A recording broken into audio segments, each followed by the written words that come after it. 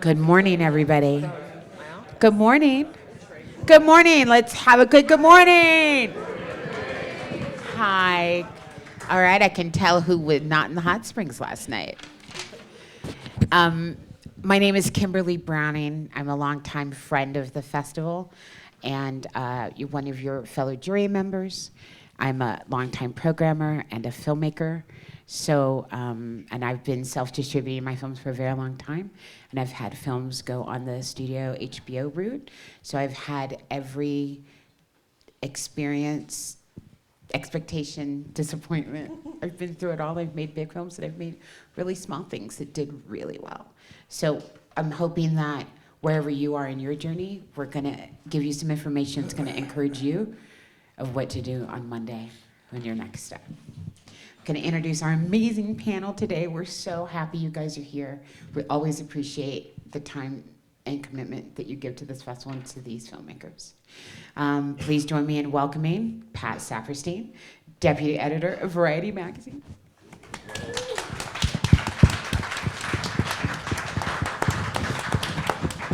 Allison Amon, she's the president of Superconductor and the executive producer of Queens of Versailles.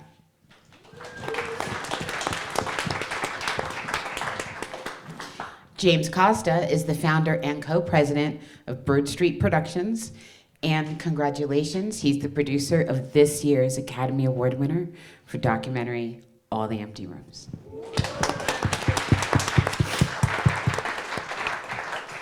And our Alison with one L. Alison Foreman is a journalist, she's a critic, she's an industry analyst, and she is the features writer for IndieWire.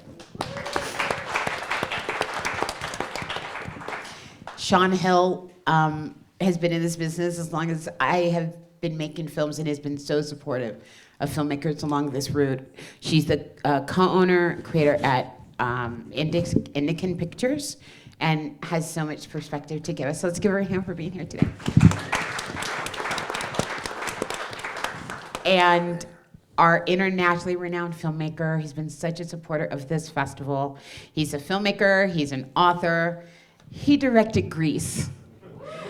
Welcome, Randal Kleiser.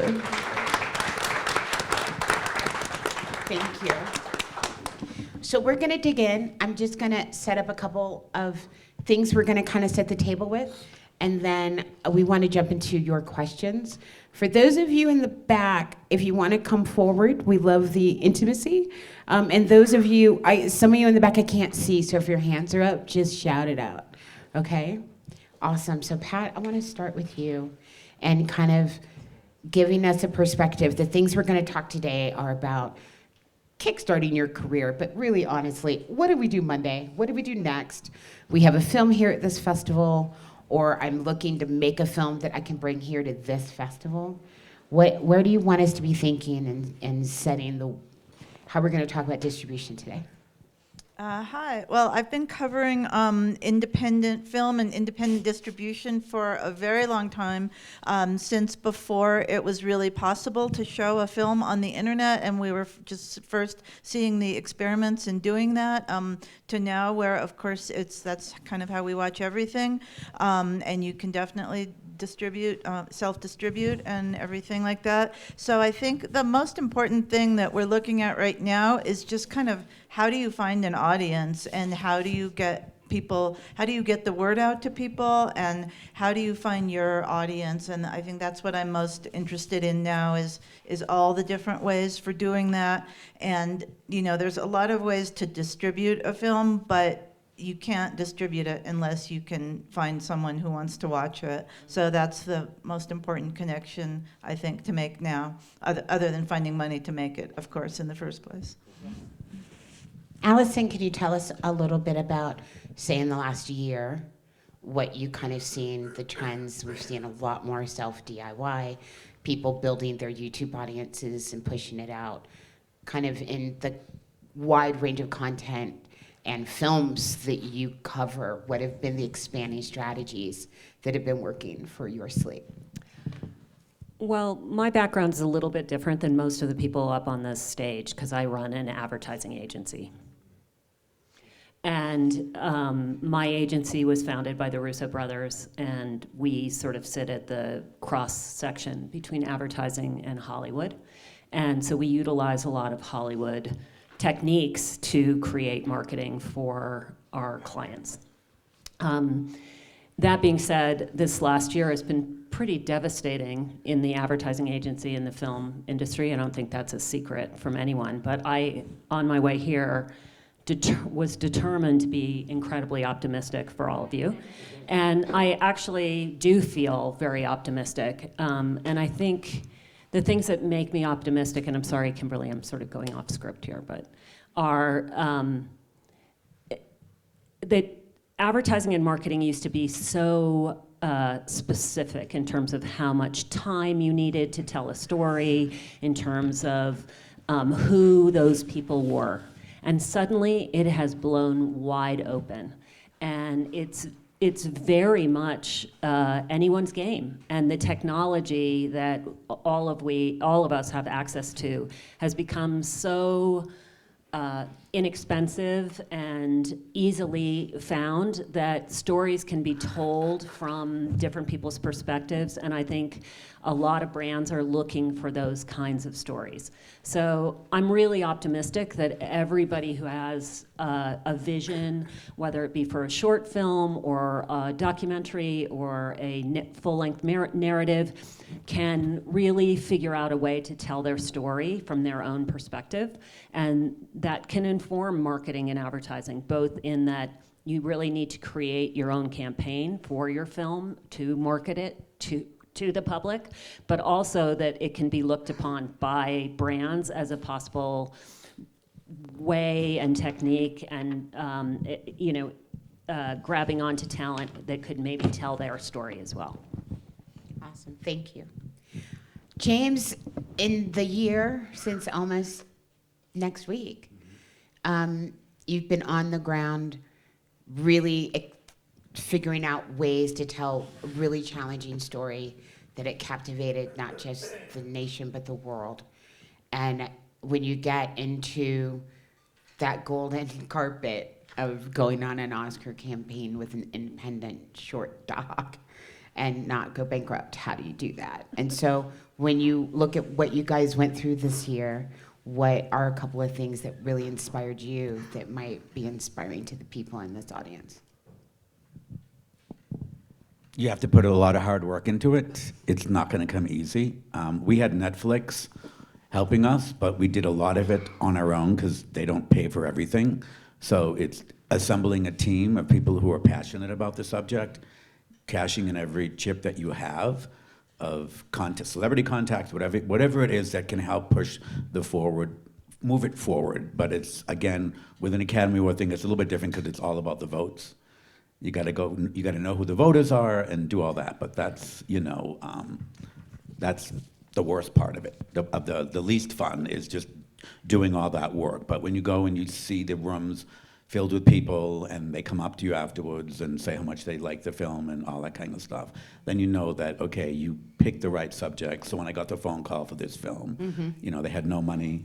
I jumped on as a producer on it, funded it to get us to the next stage. And then we went through edit after edit and just kept talking to people and things like that. And then we had the film, Netflix saw it, they loved it. Then it was all that journey of getting to that. But in the meantime, I had that season, I had 8 other films that were all trying to get to that same place.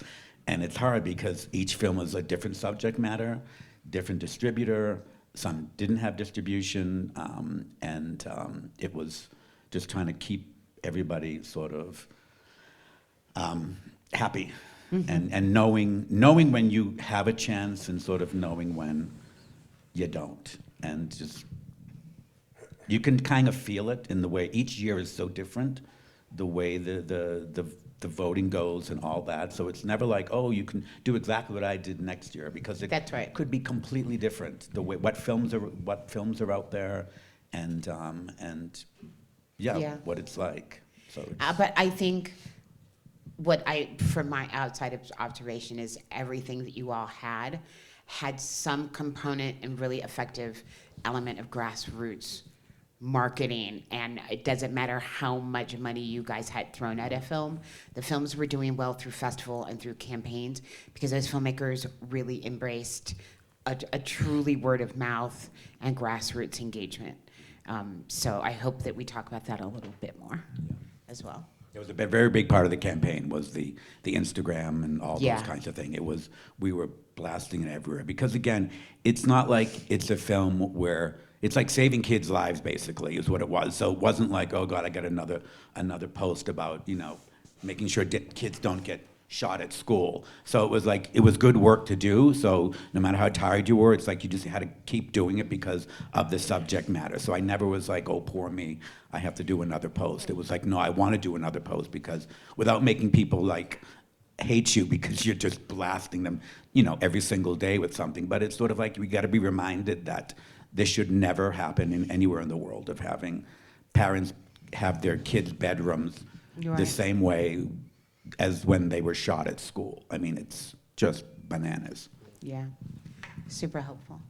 Alice, tell us a bit about your perspective. The definition of independent film is such a huge bandwidth these days, and that's beneficial for all of us.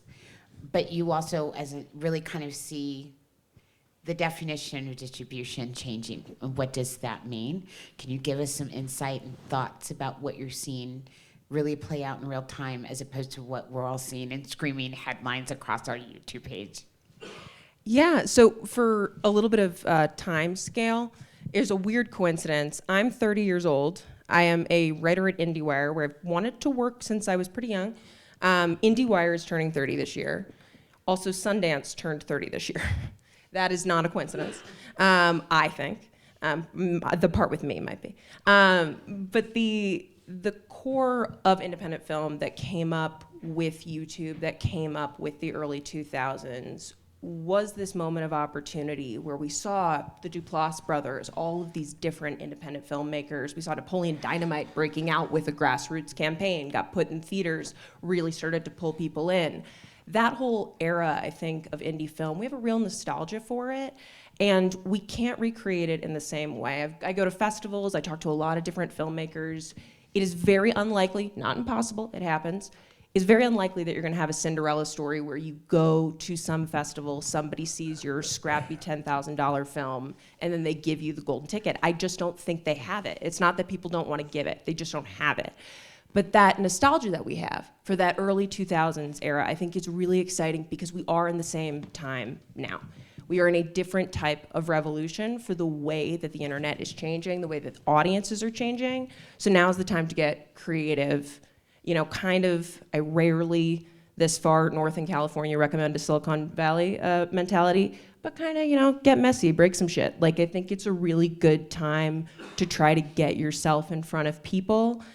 Truly, exactly, as many of my other panelists have said, that is the way to do it, is to understand where your audience is and to know why you want to connect with them. Because it can be something silly. I specialize in cult film, and this past year, past couple years, we've had a couple amazing breakouts. If you look up movies like Hundreds of Beavers or Fuck Toys, there were a couple of really massive films that ultimately chose not to go through a traditional distro route because they wanted to be in the room with the people who wanted to see these films. And that's really rapidly turning the audience market into something that kind of resembles the early 2000s music scene. You can kind of treat your movie a little bit more like a concert, and you can be a little bit more of a rock star, which I think is really cool. So I think it's a really exciting time for opportunity. And I think, hit the optimism, because that's a superpower right now. And putting yourself out there is a muscle, so you have to just really try to keep doing that.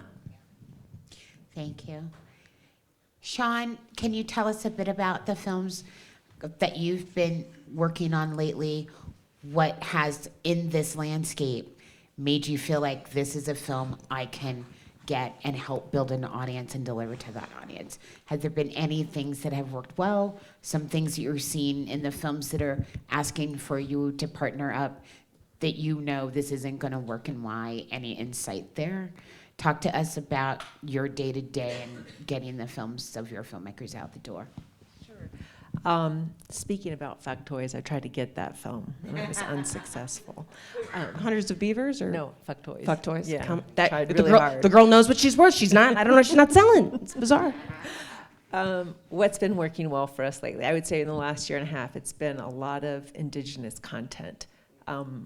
It can come from New Zealand, Australia, it can come from Canada, but the genre, I can't say is making the difference because we've had romance, we've had crime, we've had documentaries, but right now that's probably our primary focus is getting Indigenous content.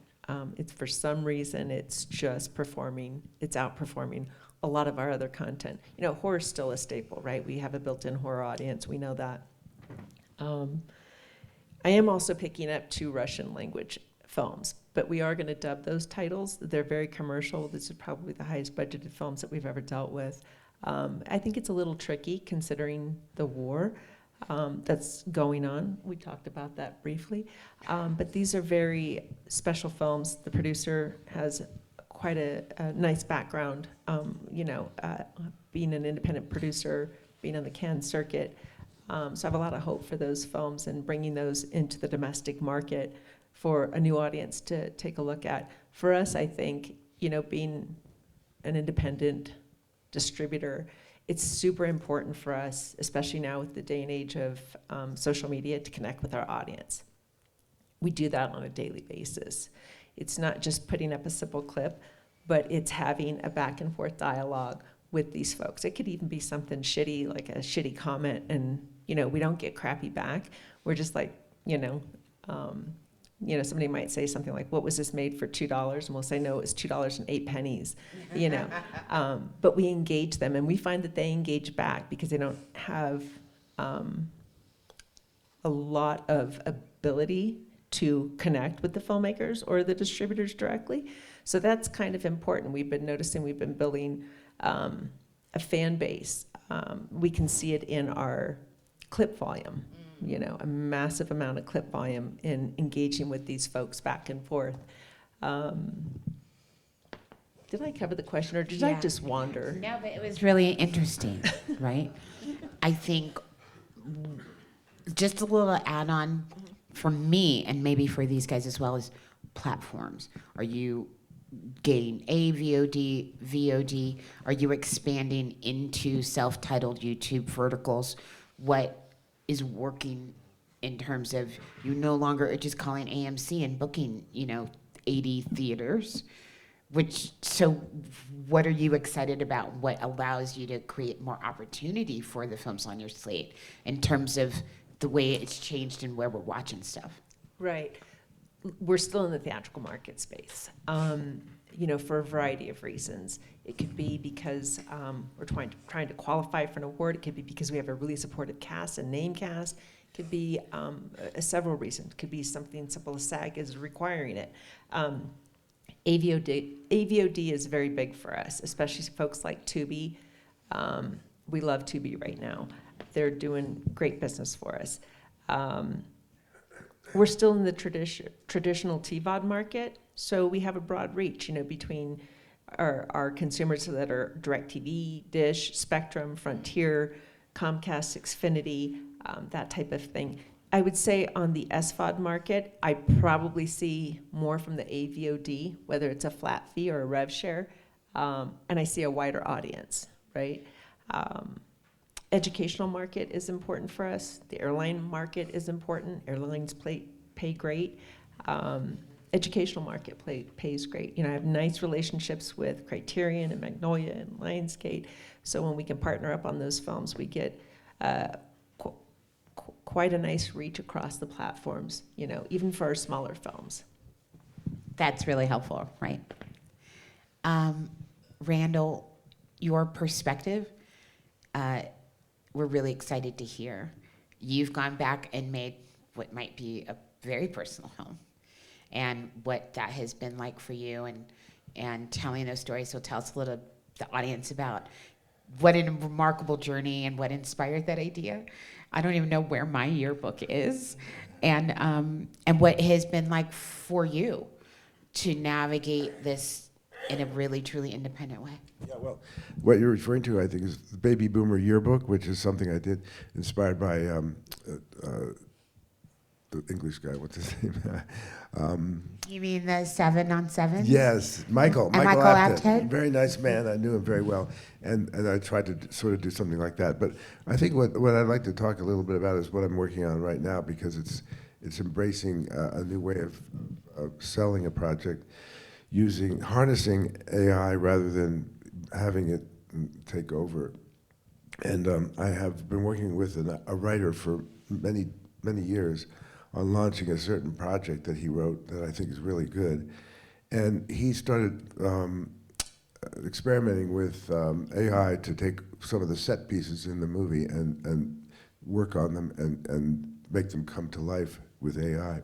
And when I look at what he does, it's exactly what I would have shot, you know. So it's a really ideal way to show the ultimate lookbook, where it's a moving book with audio and everything, you know. The trick is not to let it take over, and that's where we all have to figure out how to do that. But if you can use the tools right now, before they get too pushy, you know, this is a period in film that it's a little window, a tiny window where you can control that, and then I think we're going to lose it.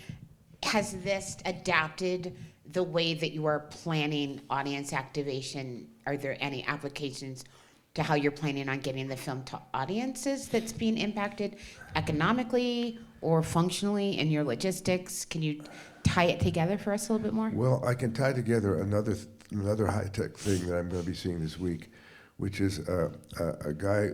I did a movie many years ago, and I wanted to see how the audience was reacting. So we put cameras in the audience and filmed the audience and lined it up in the Avid to the picture, so we could see where the different moments were working or not working.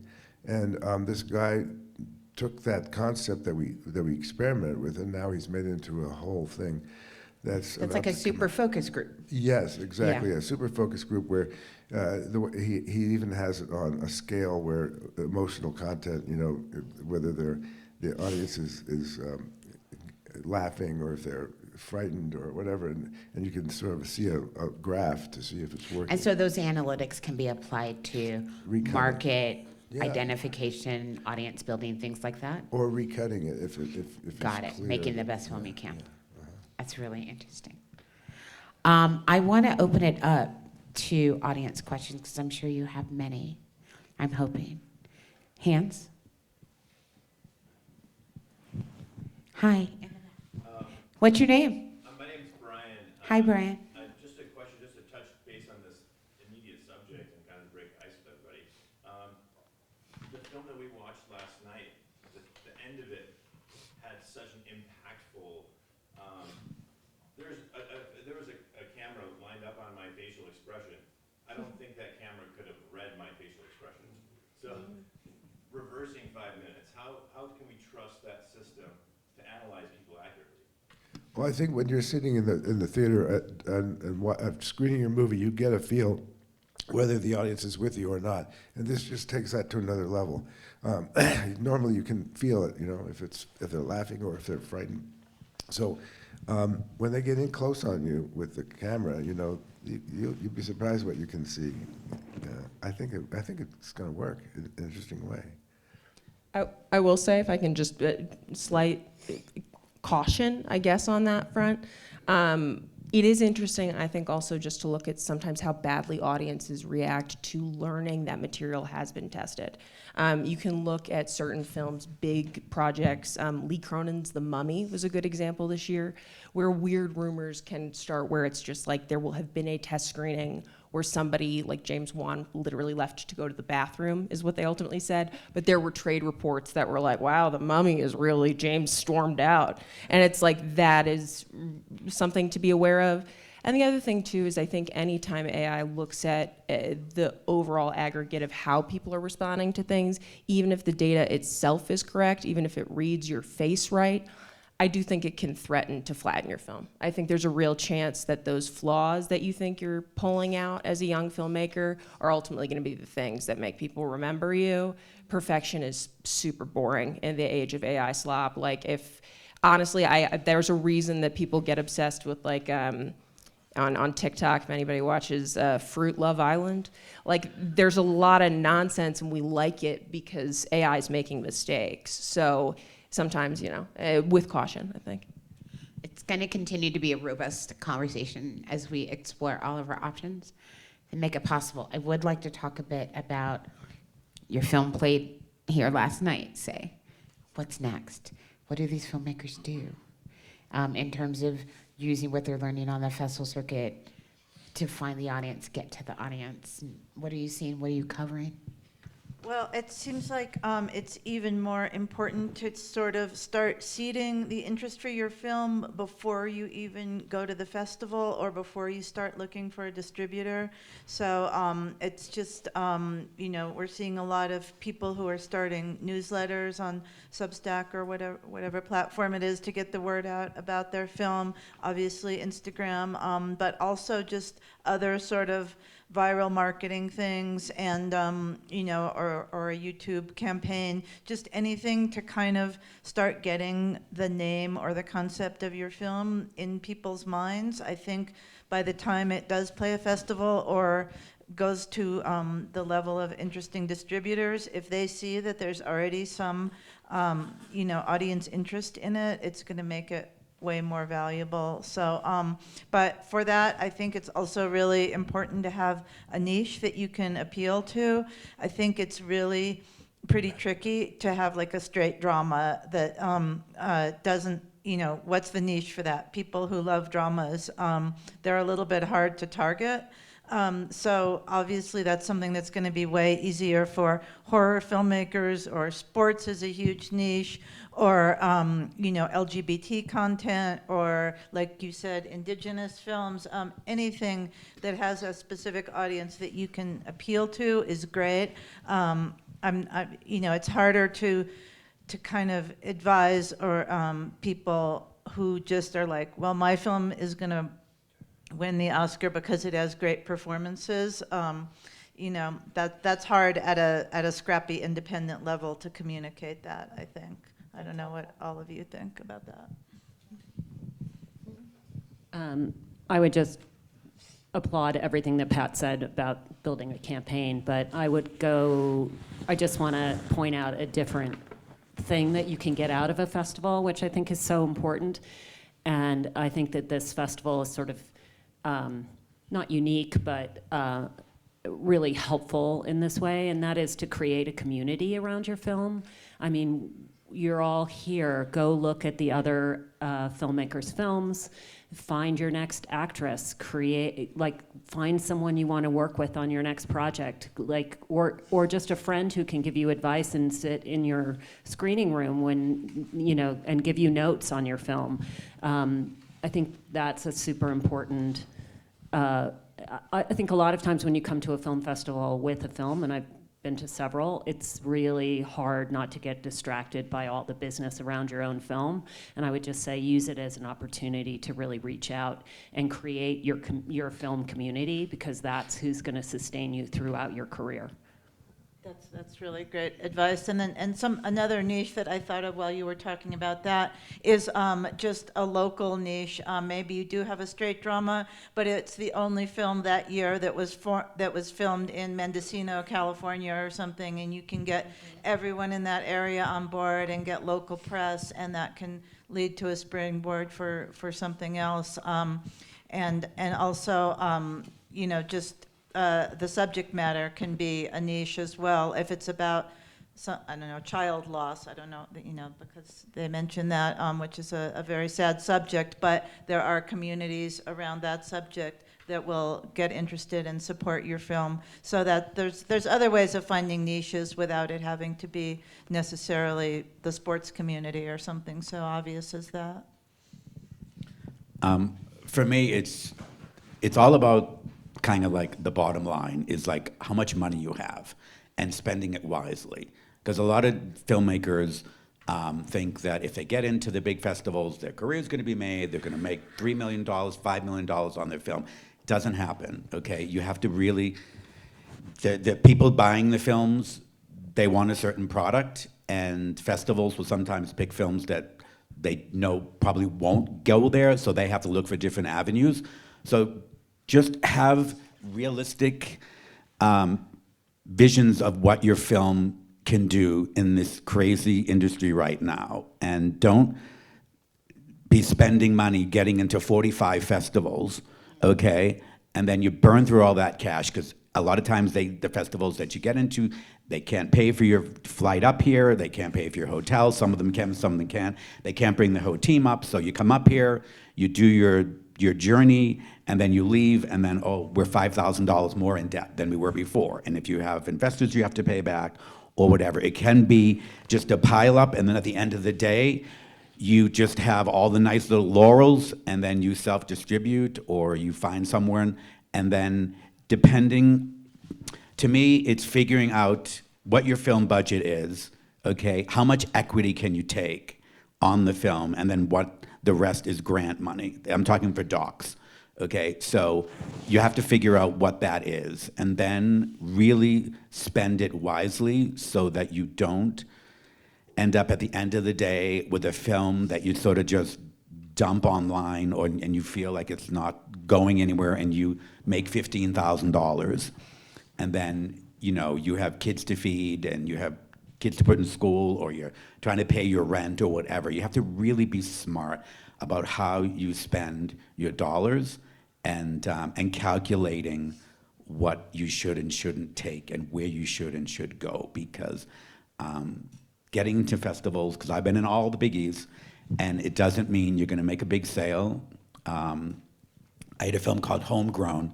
We got into Venice, and thought everybody was going to buy it, and still nobody's bought it, and we're just self-distributing it to people to watch. But then you have films just that you get in Sundance, they make the big sale, or you pre-sell a film. It just depends on the subject matter and what people are looking for, and kind of taking your film and saying, how can you sort of put it in that box, and then, because you want to make a living doing this. You don't want it to be a hobby, you want it to be a living, and that's the tough part right now, is making it be a thing that you can do year after year, just like any other job that you do. I have top producers calling me, telling me they made $25,000 last year. And these are big people who've won awards on HBO, on Showtime, all the biggies, and they made $25,000. So it's like, don't get depressed, but just be smart about your expectations, and realize the industry's gonna change next year. So just be ready to pivot and figure out like what you're gonna do, so that you don't get caught up and sucked into like what everyone's saying, because right now, in my opinion, the business is, there's a lot of people that are just sticking their head in the sand, and then there are people that are kind of like trying to pivot their way through this. And to me, it's, you gotta really pivot and just figure out what your film is, where it can go, what it can do, be happy with it, with the results, and then work on your next film. But just learn as much as you can from each film that you do, and understand that it's never gonna be the same next year when you make your film. Yeah. Question? What's your name? Sorry, my name is Max. Hi, Max. Hi. What's your question? You just said that doc distributors are looking for a specific product. Mhm. Can you talk about what that is? And also, I'm interested as well, like, do you think that self-distribution is a viable economic route, and under what circumstances? Yeah. I mean, right now, top distributors, they're looking for stuff that, it's a combination. It's a combination of what they're doing. They're picking up a lot of films, but not paying you very well, depending on your budget. So like, I just sold two to Netflix, okay? And we're gonna be fine with what we got from it. Are we gonna get rich off of it? No, but everybody's gonna be whole from it. So, and that's Free Leonard Peltier and The Bend in the River. So, I was an EP on those, put money in, worked hard to get it done, and then we got it and we're in a good place. So they like those kind of films too, but then I'm working on another one that's about like a serial killer, but it's got depth to it. It's not just like you see on TV. Everybody's talking about that. What is the one about the girl who smashed the car in a wall? Mackenzie Shirella. Yeah, that one. So it's like everybody's talking about it because they know they can get eyeballs, and you can be in your phone as you're watching it. And, they love that because algorithm is going to go up for them and they're going to get more subscribers. But then I have my friend is the one, I helped him with the campaign for Mr. Nobody Against Putin, okay? So, like, they asked me, how do we win an Oscar? We don't know how to do it, okay? They had no money. I met them at IDFA, and like, how do you do this campaign? I'm like, I'll help you do it. I'll help you figure it out. And they worked hard with it, but they had Kino Lorber distribute it, and they're not paying you gazillions of dollars, so they had it's just sort of scrappy. And then you look at last year, No Other Land. They didn't have distribution, but they got it after the Oscar thing. So you just have to like figure out what the subject is, and then say, okay, this is where I would go, this is how I would pitch it, and figure out like, can you please it? And if not, then you say, great, how much equity is in it? Okay, let's say it's $150,000, okay, is the only equity you want to take. So you can pay your investors back, because then when you pay your investors back, they'll work with you again. And that's the thing with the doc space, is everyone thinks that we're all going to forget the equity side and just do all soft money. Well, there's only so much soft money, and a lot of soft money is getting pulled. So with so many movies that enter the festivals, there's like 3 or 4, I think Sundance had 4,000 this year. 4,000 cannot get distributed. It's just impossible. So just have to be, it's a business. You have to create the art you want and then be happy with it, whatever the end result ends up being, but just make sure you work hard at this. It's not going to be easy, but you can't get negative. I mean, there are films through my entire career that I thought would make it that didn't, and the ones I didn't did. So you never know, but you just always have to stay positive and focused, and it's your baby, and you can't just leave it on the side of the road. You have to take care of it. You have to do it. You have to work your ass off on it, because no one's going to do it for you. Max. You mentioned No Other Land, for example. Aren't heavily political films having a much harder time getting acquired lately? Absolutely. I mean, it's almost impossible if your film, like, I think American Doctor this year got Watermelon Pictures, so they're picking up a lot of political stuff, Watermelon Pictures. I'm not sure what the pay scale, like what you get back on it. She told me that they're whole now, which is great. So if it just depends like what that is. So let's say the film's $1 million and they got 800 in soft, and then Watermelon paid them a certain amount, and then you're even, then everybody's whole, and then you try to get your investors to help with the campaign and stuff like that, so that you can just not just get it out there, but get it out there in a big way and get a lot of people to see it.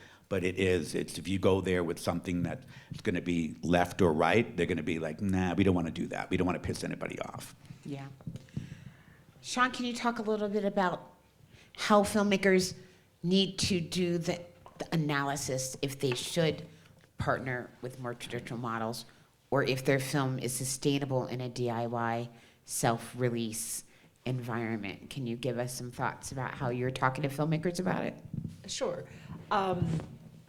As far as the DIY, I really couldn't give you really any insight to it. I don't typically obviously deal with DIY folks. I know that they're out there. I guess if you're going to have the infrastructure to be able to support it, right? That's certainly a way that you could go and do it that way. For us, we are, at the end of the day, trying to reach those larger platforms, right? So we have to be able to deliver the content that they're looking for. You can go with an aggregator. Make sure you have your own PR marketing in place, right? Because you pay them a little bit of money, they throw it on to whatever platform they can get it on, and that's sort of the end of it. with distributors have a little more skin in the game because we're either parting with an MG, right? Or we're putting up all the P&A. We obviously want to get our money back. We're going to have our own PR team. Like we have 42 West working on our films. We have a little more skin in the game, I think, than an aggregator would, because we're not charging filmmakers up front. You don't come to us and say, hey, we have 40 or 50,000, 100,000 in our bank. If you do and you want to use your marketing dollars, you certainly can, but with a distributor, you don't have to. If your film is signatory to any of the guilds like DGA, WGA, SAG, you want to make sure the distributor's paying the residuals, that you're not held liable for the residuals, because you will be at the end of the day if those aren't being paid. So, and aggregators don't handle it. I don't know how DIY people are handling it. If they do have a project that's signatory, I guess they're probably running it through like an Entertainment Partners. I really couldn't tell you who they're running it through. So I hope Cast and that- crew, EP. Yeah, cast and crew. They facilitate. Green Yep. Slates is getting more into accountabilities, responsibilities, which is great. I think for those in the DIY space or wanting, I always want to identify who's this film for, whose life is it going to change today, who are the people already in that hands-on day-to-day work. These are my strategic partners. So if I can identify a cause, an issue, legislation, something that's going to change the way somebody's doing something tomorrow, I find that people are already doing the work. And can my media be part of their overall campaign? How can they raise awareness, get votes, get money to address the different issues that are addressed in the various films that we make? If we can't do that on our own, then it's not the right film that's going to make sense to DIY it, because you've got to build that ecosystem first before you can put something into it. And a lot of people are utilizing these wonderful digital tools that are free to us now without doing the work of building their audience. That's where festivals are so essential. But I want you guys to think about, when you leave this festival on Monday, how many new email addresses are in your phone? How many people signed up for your mailing list that were here? All the people who came and talked to you after your screening, did you get their names and their email addresses? That's the number one job you should be doing here, in my opinion, to be able to tap into any of the opportunities or platforms that we're discussing for you here today. Can I and Please. figuring out how to support each other too in a public way, any type of engagement I think is really interesting online. One thing that I think is really cool that has cropped up, particularly around trans female filmmakers in Canada who do a lot of genre. I've seen a huge amount of support start cropping up around people like Louise Ward, who did the movie Castration movie. You can look at Alice Mayo McKay in Australia, a trans 21-year-old who's made 6 features now. And there's a real consistent sense of just support and acknowledging the heart of what works in all of their work and why they like what each other does.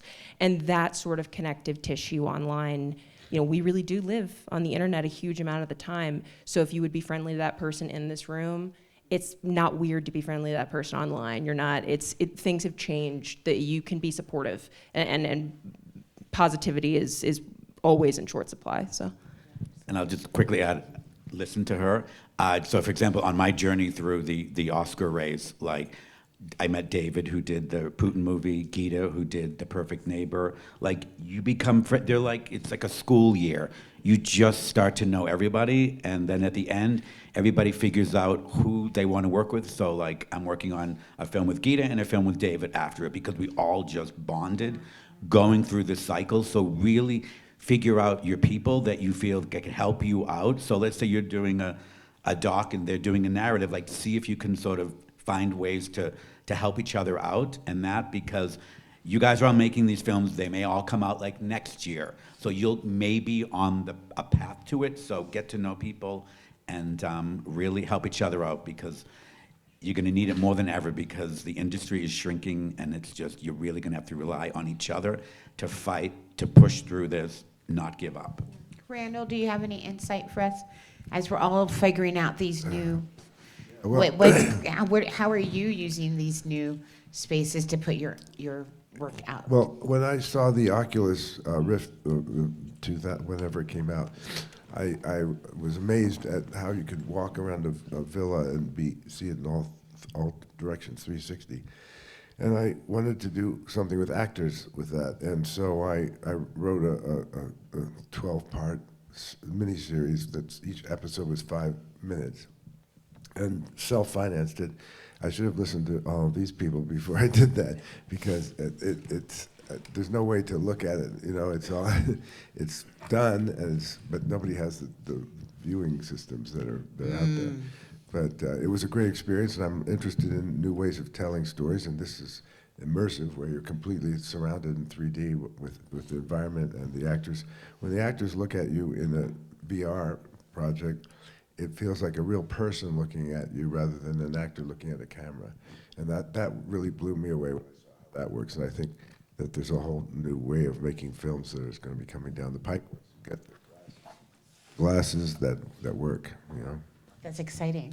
I think I remember that. Did you have it at Savannah or AFI? Yes. Yeah, I think I saw part of that. That was really interesting. Questions? Hi, Hi, what's your name? my name's Talia Lightrick. I'm a narrative filmmaker, and kind of in a similar vein, as we're navigating what project we should make next, we see branded narrative content that is exciting, but also we want to be these independent film festival darlings. Do we do both? Do we do everything? How do we not chase trends, but how do we also find our audience in that way? Allie, why don't you start? One of the cooler stories that I've heard, has anybody heard of the movie In a Violent Nature? It debuted at Sundance. It was this really interesting slasher that was really, really, really divisive at Sundance. And what was really interesting to me about it was I found out that it had originally been pulled to be part of the Fantasia Film Festival in Montreal, which does all genre stuff. And the guys who run that festival had known Chris Nash, the filmmaker who made In a Violent Nature, long enough that they were like, dude, go to Sundance. They were like, no, of course. Because the timing of it was such that his premiere would have to be with them or at Sundance, and they said, go to Utah. I think the answer really is go where you are wanted. I went to engineering school despite knowing I was gonna end up in film pretty much my whole life. Like, I studied computer science for virtually no reason. I don't remember most of it, which I'm saying on the record.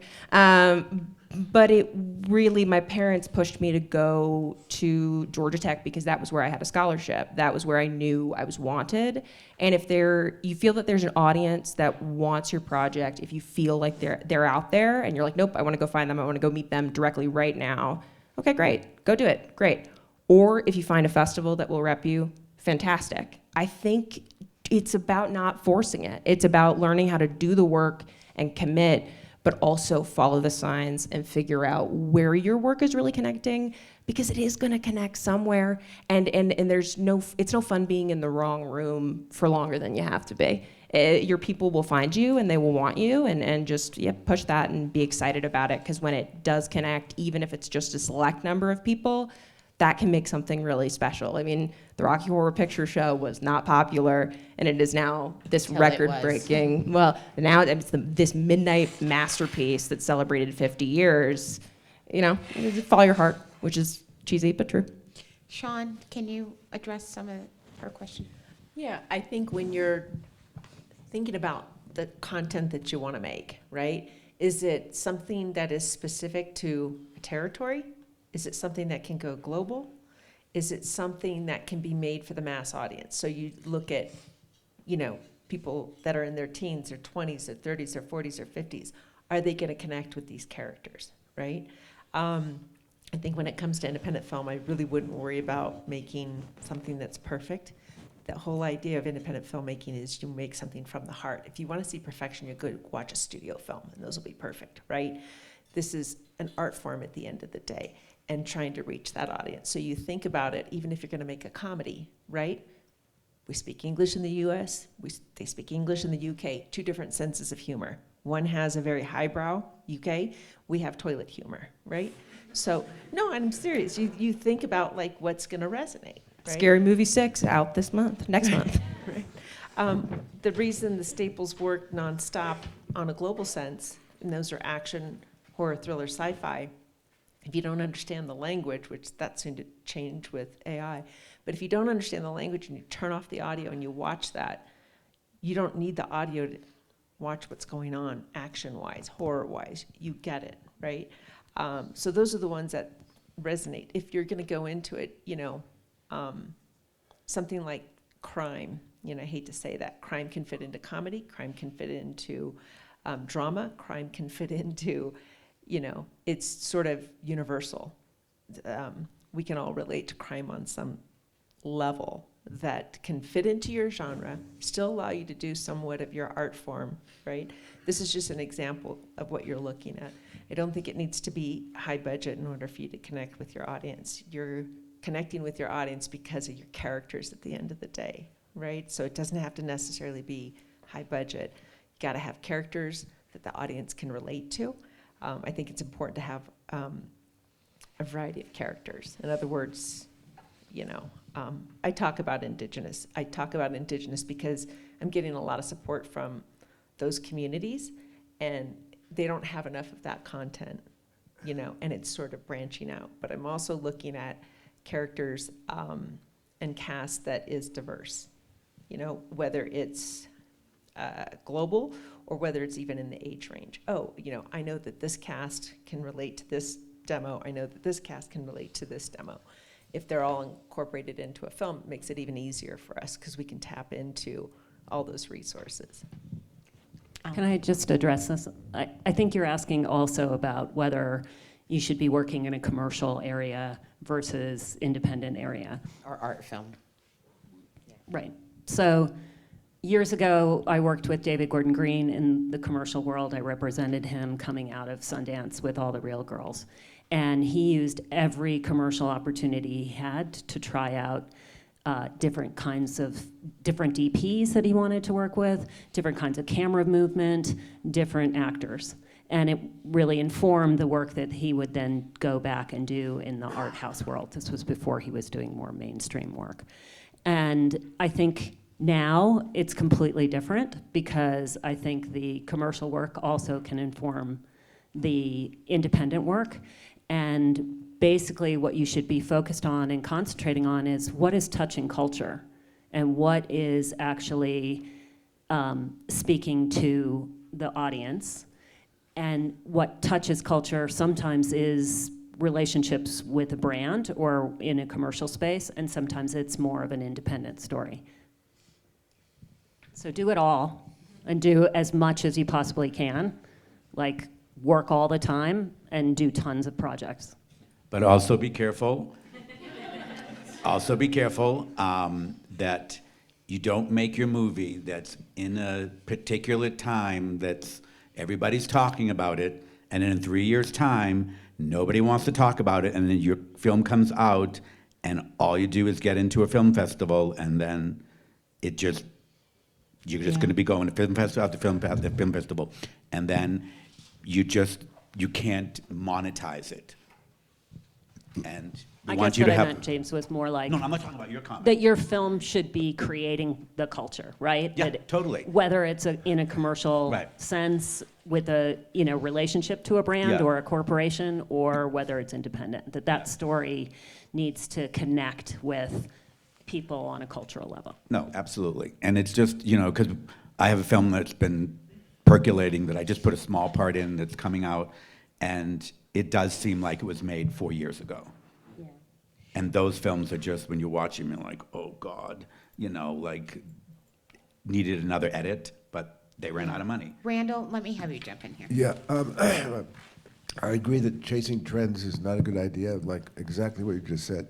But what I always talk to students when I'm lecturing or teaching is to find a subject that is deep inside you that you don't even want to talk about. You don't want to share it with anybody, and dig down deep and pull that out. Something that's very personal. And if you do that right, it's going to relate to a lot of people because it came out of your heart. So that's what I would recommend doing. Thank you. Allison, did you want to add something? Oh, I was going to say, but also, don't really worry about it. Because there is something to be said for being unable to control these things. Like Mandalorian and Grogu is out this weekend. I do not even want to get into it. It's so unreal when you look at what's happened with that fan base getting fractured and turning into this conduit for conversations about gender, politics, fascism, capitalism. It's become kind of this really intense lightning rod for controversy. And they had all the resources to make every decision right. So I think at the end of the day, you know, some of it's definitely luck. Drink water, go to bed, stop scrolling if you can. But then, like, also comment and make a bunch of projects. You know, be it all, but also chill. So, you know, don't worry about it. Question, right here. Nick Tinsky, staff member. Hi. Can we talk about the new audience coming in, the young people and verticals maybe, where we're heading? Does anybody, Depending on, you know, are you asking us to have a conversation about verticals? I don't know that this is that conversation. where's the young audience? Let's pivot it more. I'm going to reframe your question. In terms of how do we think about the different quadrants that our films are going to, and if we are identifying a younger audience, because we got to meet them where they are. And they aren't going to some of the more traditional outlets that we have relied on the last 50 years. So anybody have some insight as to how we think about approaching the younger generation that's coming up and that we are Well, I think you just marketing have to to? look at what they're interested in. I mean, I'm not an expert on this, but I think the most interesting one was Markiplier with Iron Lung. Yeah. I mean, he had a huge fan base already on YouTube, so obviously that's going to help a lot when you put out a feature film. And now that it's run its course theatrically and did very, very well self-distributed, he made a deal with YouTube to put it back on YouTube, which was kind of historic as far as I read in IndieWire. at YouTube had to least. change their rules for him. Yeah, exactly. So, you know, I think that his YouTube videos that he was built an audience with were things that appealed to the younger audience. So I think you have to look at, you know, meet them where they are with what they're interested in, obviously, and then look at some of the new routes that people are taking to find those audiences. Because of your work, you're really having these fruitful conversations about the post-Gen Z, what it's going to be, what are we calling them, how are we denigrating them, but we still want to sell our widgets to them. What are you guys talking about in the rooms? Whenever we're working on a project with a brand or a client, we always do a strategic deep dive on who their audience is, and that's well before we start our creative ideation. What kind of brands are like really focused towards kind of a Gen Z audience? Anything that you've worked with? It's super complicated. There's a really great agency called Adolescence, and they do specific work with sort of 12 to 22-year-olds, and I often will partner with them if we have a brand that, you know, like some sort of gaming brand or something that's supposed to appeal to a younger group, because they have such great insights. But it's a lot about like listening. I'm really lucky. I've got a 21-year-old and a 25-year-old, so I have sort of built-in Analytics. audience. Yeah. Exactly. Is anybody here doing YA youth children's programming? Because that is another complete sector and approach that we're not really addressing here, but okay. But I was just going to say, I think, you know, you have to be authentic to your story too. So you can't just decide this is what I'm going to do. I'm going to appeal to young people. It really has to be something that comes from your heart. And I that think is they have super well-honed bullshit detectors for things that are too brand centric or something like that. well, also, I mean, I think brand-centered ideas can be all about the brand if they're really creative and great, and there's no bullshit. Right. Really, it just depends on what they're doing. If you're trying to pull the wool over anybody, especially with AI, you can bet that those young 20-somethings can see right through it. And then they'll talk all about you on whatever new platform that they are on that we don't know about yet. Well, I was going to say, and also sometimes they don't seem to care. Like, as a critic, this is really weird. The Markiplier thing is fascinating to me because that audience, right, that's everybody who's in the let's play, I want to watch somebody else play video games live space. Before that was, and this is Blumhouse, but the Five Nights at Freddy's box office was bonkers. If you're familiar with it, it's like a haunted Chuck E. Cheese franchise that blew up on the internet. People love watching people get jump scared by this. And the first film did really, really critically poorly. It did a crazy box office. I will say with my whole chest, it is a bad movie. And when you look at a lot of the social media around it, a lot of these kids know that. But it's an event related to a thing that they care about, that they otherwise experience alone. They want to dress up as these weird animatronic characters and go take a picture. And that's the thing that's kind of interesting about the feedback loop going on with social media right now. Like, theaters want you there so you can put that you were at the theater on social media, and social media needs something for you to put on it, so you should go to the theater. Like, there is a way to marry those things with a younger audience that ultimately I think doesn't come down to the quality of the film at all. And when I reviewed the sequel, I think I reviewed it really well, because I was like, yeah, if this is what you want, this is what that is again. Like, because it is meeting the need, it's meeting the market. So acknowledging that sometimes it's more about them than it is about you, and that it's less art and more product, and sometimes it's okay. How that translates into, from those making commercial films, or as opposed to festivals like this, are really celebrating an elevated storytelling adventurism, and how can we take some of those techniques and apply it to our own art film journey, particularly addressing the people here in this room today. And Shaun, you do navigate both spaces pretty well. Do you have anything to add that could be insightful and kind of, what do you do on Monday? What do you do on Tuesday to figure out how I'm going to make these choices in my life? Look, you put your best effort out, right? But if you go and you make a film that's doesn't quite hit, I say lean into it. My partner didn't make the greatest film of all time, and he leaned into it, and he put it out there. He's probably gotten more hits on his social media feeds from these little clips that have just bounced the title, and it just, look, you go out and you try to make a good film, it just didn't hit, right? So he found another way and another direction to approach it, and he's getting more off of that than he is the film itself, which is driving numbers back to the film. That's fascinating. Right? Questions? Sorry, can't. Yes, right here. So, Jill, hi. Hi, Jill. This, I'm not sure if this is going to seem like an odd question, but Speak up a little bit more for me. it's talking about the, like, how through the years, you know, interests change, they ebb and flow from different things.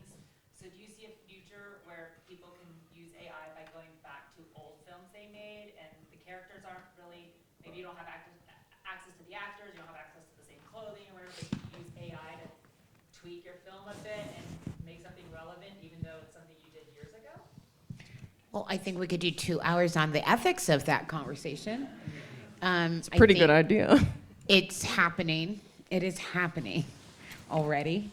I think the conversation that Screen Actors Guild particularly, and some of the music representatives as well, in terms of what the ethical responsibilities are from the contract you signed originally, the life rights, image rights, it's a bit more complicated. I think for us as artists, always going back and reinvigorating our work, or going back into my edit, I think that's always great to develop myself as a director. In terms of public facing, I'm really fascinated to see kind of what your response is to that ideation. Well, like you say, it's, the Screen Actors Guild is working very hard to make sure that no one does that in a way that wouldn't be ethical or wouldn't compensate the people who might have been in your film. So, you know, I think that would be the main stumbling block there, but it's an interesting idea.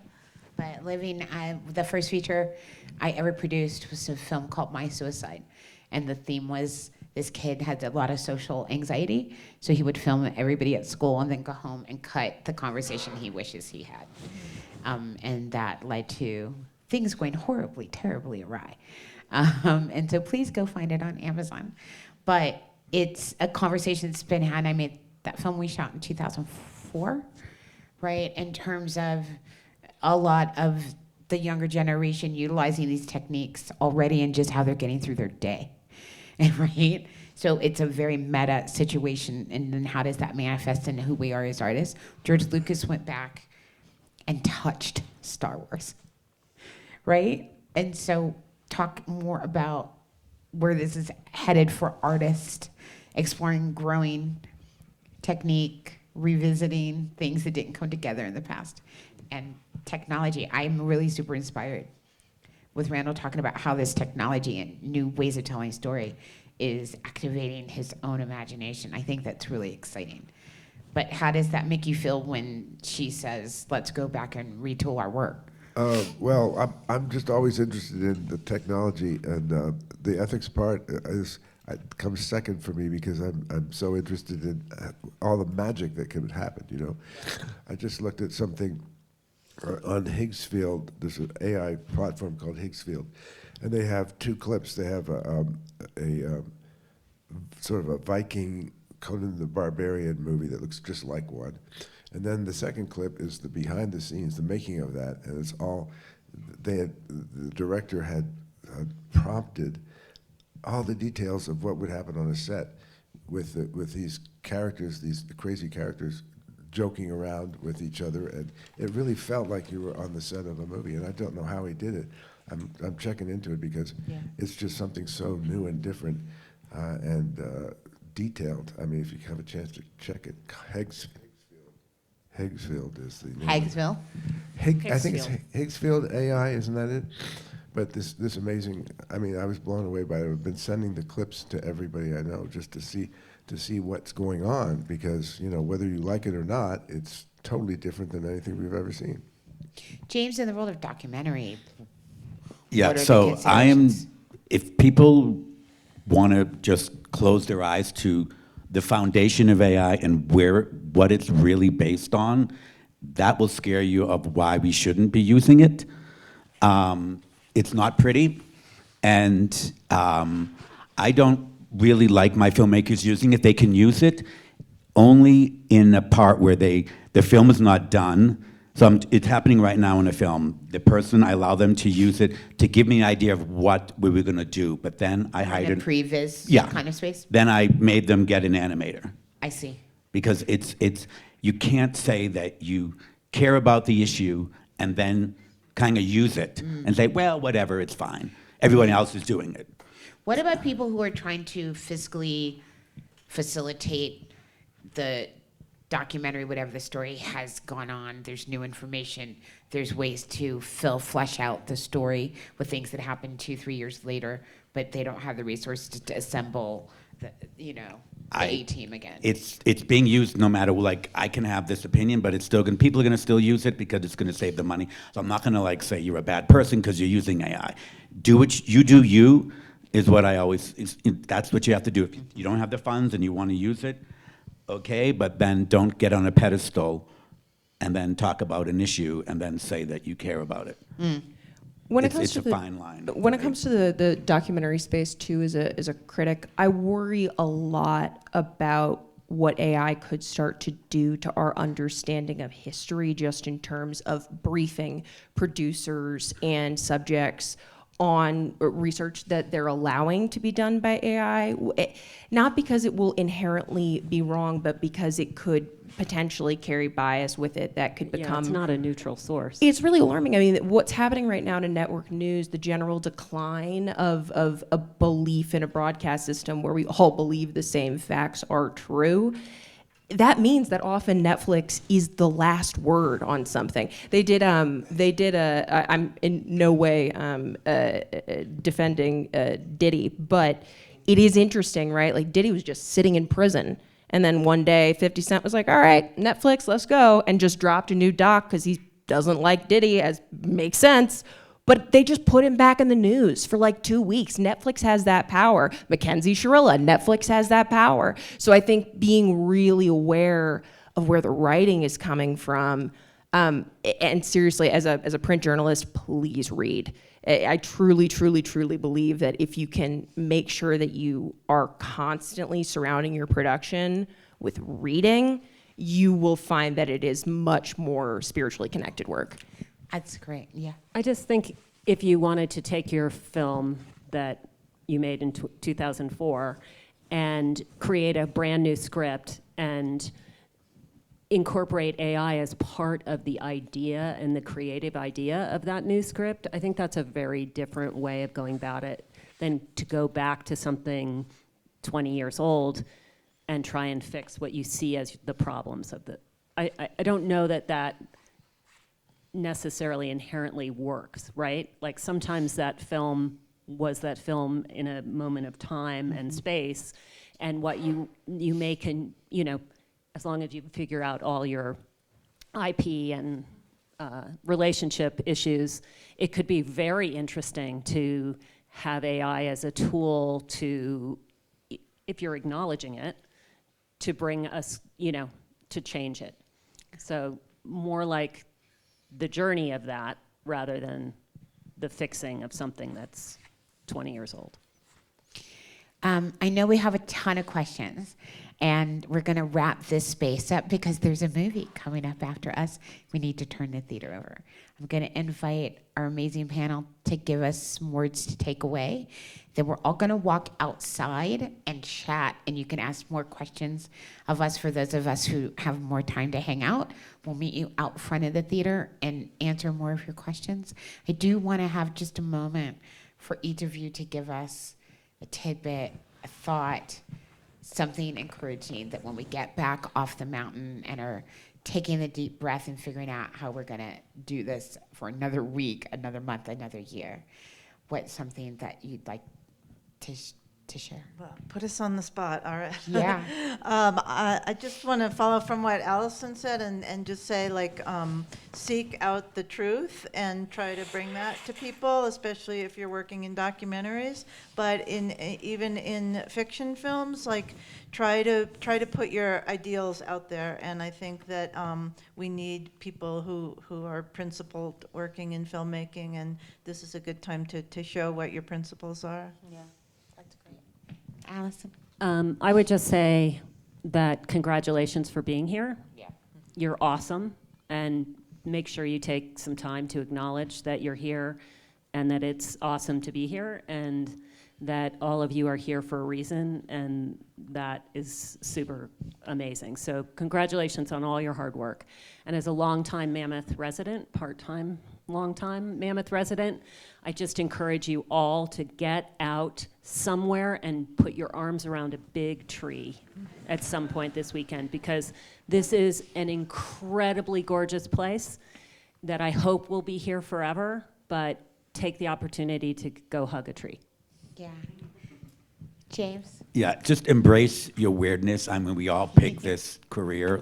We could have done something so easier that you could just go, you get your paycheck, you go home. We decided to do that. So know that you picked this field, just embrace it. Even though sometimes you say no 1,000 times, maybe one day there'll be a yes, and be positive and just put in your favorite song, dance in your head, and just get through whatever the problem is. Never hit the wall. Find a way around it. Just don't get frustrated. It's pointless energy wasted. Just push, push, push. Allie? Watch old movies. I just watch old movies. I do a weekly midnight movie column where I do a movie from any period of time. And I love watching stuff that was bad. I love watching stuff that was really good and everybody hated it. I'm wearing a shirt from one of my favorite places in the world right now, Scarecrow Video in Seattle, Washington, which is the largest physical media collection in the world. Go watch weird nonsense. If you want to watch, AI stuff, great. If it's weird and interesting to you, interesting, great. If you want to dig into the past, amazing. Just go find interesting things that you're excited about, because it'll really energize you. This is a weird way to take it, but this is a really weird way to take it, but that's fine. I'm going to butcher the quote, but there's a moment in Rick and Morty where Morty's talking to Summer, and Summer's being a real pain in the ass. Summer's his sister. And Summer says, is complaining about something, and he turns to her and he goes, "Nothing means anything. Everybody dies alone. Come watch TV." on my worst days when I have like existential dread. This was David Lynch's favorite video store. When I have like David Lynch levels of existential dread, I just sit down and I watch a movie. Like seriously, like just watch something, get excited. We all love this art form. You're not alone. There is another theater audience that you're gonna be with soon, where you're all gonna laugh or scream together and you're gonna feel like you have a community. So just hang in there, it's gonna be okay. Thank you. Go watch TV. Awesome. Shaun, This business is, are you on? I don't know. Can somebody give her their mic? Thank you. This business is 90% no's, 10% yes, right? So if you can live with that, you'll have a good ride. At the end of the day, you have to love what you do. I love what I do, so I don't have to sit here and convince myself or convince you.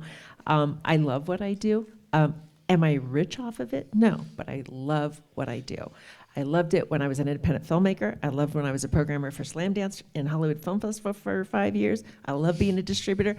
I don't have a problem with it. Yes, it has its ups and downs. I realize that every no gets me further to a yes. So I just keep going with it, and I enjoy the journey, and I enjoy the ride, and I hope you do too. Excellent. Thank you. Avoid chasing dead-end trends and learn all about the new technology, everything is coming down the pike, and combine that with a very personal story. I love that. Thank you so much. I have a hand for our amazing panel today.